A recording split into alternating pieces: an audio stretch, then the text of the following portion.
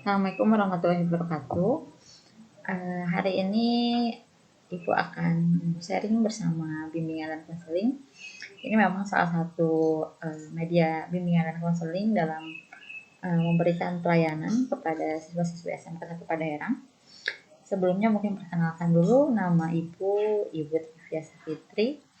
Ibu adalah guru bimbingan dan konseling.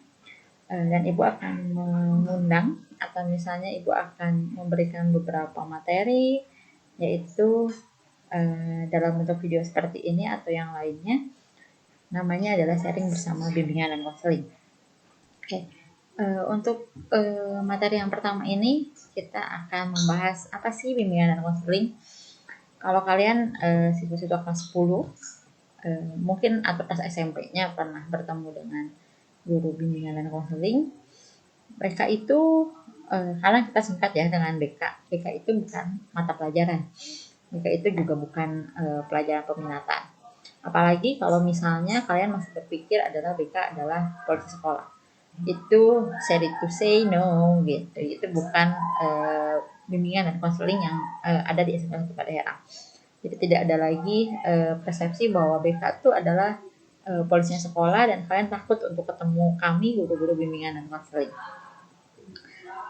Bimbingan konseling itu jadi apa sih gitu. Bimbingan dan konseling adalah memang dari dua kata.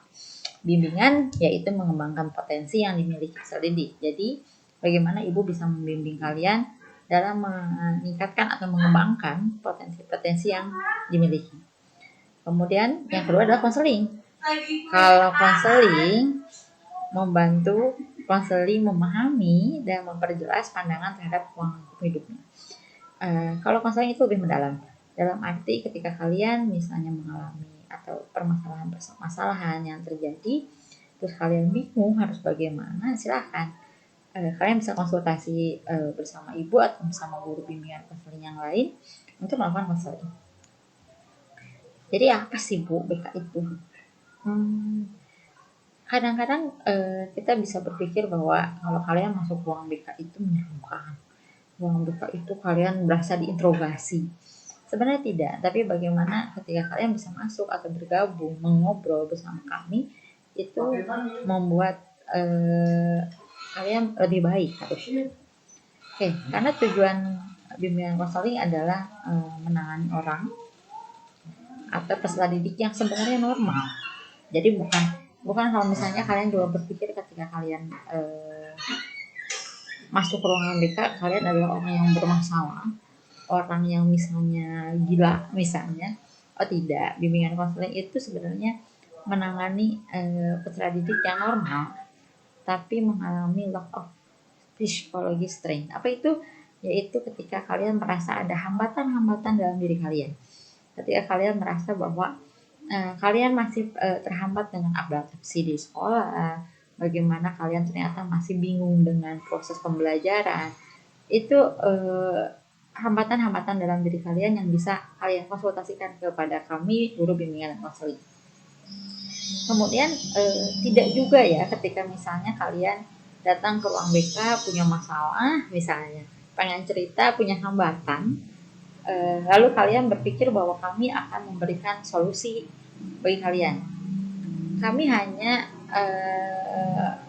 menggali potensi kalian untuk mencari solusinya sendiri. Jadi bukan berarti kalian permasalahan yang kalian atau hambatan yang kalian alami itu diambil alih oleh kami, tapi tidak. Tapi bagaimana? Balik lagi ketika melakukan bimbingan adalah mengembangkan potensi. Sebenarnya kalian mampu menyelesaikannya, cuman itu tadi kan kalian sebenarnya masih bingung bagaimana menyelesaikan. Bidang bimbingan dan konseling sebenarnya ada 4 bidangnya: pribadi, sosial, belajar dan karir. Jadi ketika kalian akan dikembangkan potensinya, kalian bisa mengembangkan dari sisi pribadinya, dari sisi sosialnya, bagaimana berteman dengan berteman yang baik misalnya, atau dengan kondisi belajar bagaimana kalian menghadapi pembelajaran di SMK yang ternyata lebih banyak pembelajarannya, atau bagaimana mengurangi prokrastinasi, atau misalnya prokrastinasi itu adalah menunda-nunda pekerjaan gitu. Atau mungkin termasuk bidang karir, ketika kalian sudah lulus SMK kalian akan kemana? Apakah kalau slogan SMK itu BMW ya, mau bekerja, mau melanjutkan, atau wirausaha. Itu juga bisa kalian konsultasikan bersama kami guru bimbingan dan konseling. Jenis kegiatan layanannya apa aja sih gitu. Tadi Ibu sudah berapa kali menyebutkan ada konseling. Konseling individual itu bisa kalau memang kalian membutuhkan secara individual untuk berbicara dengan kami, silahkan. Konseling kelompok kalau misalnya kalian satu kelompok memiliki permasalahan yang sama atau hambatan yang sama, enggak Pak, tidak jadi masalah untuk menyelesaikannya atau berbincang dengan kami dengan konseling kelompok. Kemudian ada bimbingan kelompok, ada bimbingan klasikal, itu biasanya dilakukan di kelas. Kalau kalian nanti kita ketemu langsung setelah sekolah tatap muka kembali, ya kita akan melakukan bimbingan klasikal. Yang selanjutnya adalah bimbingan kelas besar.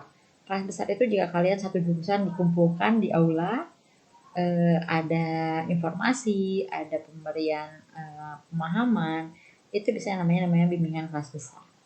Yang tadi sering Ibu sebutkan adalah konsultasi. Bagaimana kalian bisa datang ke sini pengen konsultasi, Bu, saya punya hambatan bla bla bla bla, silahkan. Yang terakhir ada kolaborasi. Kolaborasi itu bagaimana kita guru bimbingan dan konseling bisa bekerja sama dengan misalnya dengan jurusan JP, jurusan TKJ, jurusan RPL dalam memberikan bimbingan-bimbingan secara langsung kepada peserta didik khususnya ya. Nah, sekarang kalau misalnya kalian kelas 10 karena belum melihat guru-gurunya, ini loh guru-guru bimbingan dan konseling di SMK 1 Padaherang. Oke, ada 6 orang ya. Ibu sendiri tadi udah bilang, Ibu Triviasa Fitri, ada Pak Dea, ada Bu Nur Mahmuda, ada Putri Asmi, ada Pak Timutur, dan ada Pak Firman. Nanti kalian juga akan mengenal lebih dekat dengan mereka semua, dengan guru-guru bimbingan dan konseling, karena kami pun tidak punya pegangan masing-masing. Jadi nggak mungkin 1.800 Ibu pegang sendiri, tapi setiap jurusan punya guru bimbingan dan konselingnya masing-masing. Nanti mungkin next di video berikutnya kita akan perkenalan dengan guru BK-nya masing-masing dan di jurusan apa, jurusan-jurusan apa yang kami bimbing. Nanti akan di video berikutnya mungkin ya. Oke, jadi yang terakhir Ibu akan sampaikan adalah jika pandemi ini berakhir, jika kita mulai tatap muka, kami nanti menunggu kehadiran kalian di ruang temu bimbingan dan konseling. Jangan takut untuk datang ke ruangan kami. Rubah pola pikir kalian untuk masuk ke ruang bimbingan konseling, karena bimbingan konseling di SMP 1 Padaherang bukan sebagai tempat interogasi dan sebagainya, tapi bagaimana kalian bisa mengembangkan potensi kalian. Itu saja video pertama dari Ibu. Terima kasih.